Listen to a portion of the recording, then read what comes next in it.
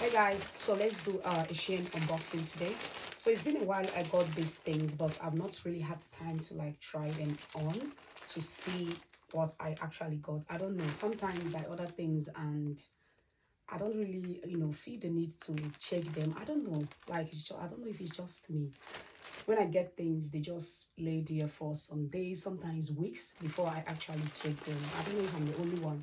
So I don't know if the things I got, they're actually going to fit. The size is not really stable. It goes up and down. I lose weight easily and I also add easily. I don't know if it's just me. So these things, I think I got them in the size extra small. If I'm not mistaken, that's size 36, because that's really what I've been wearing since.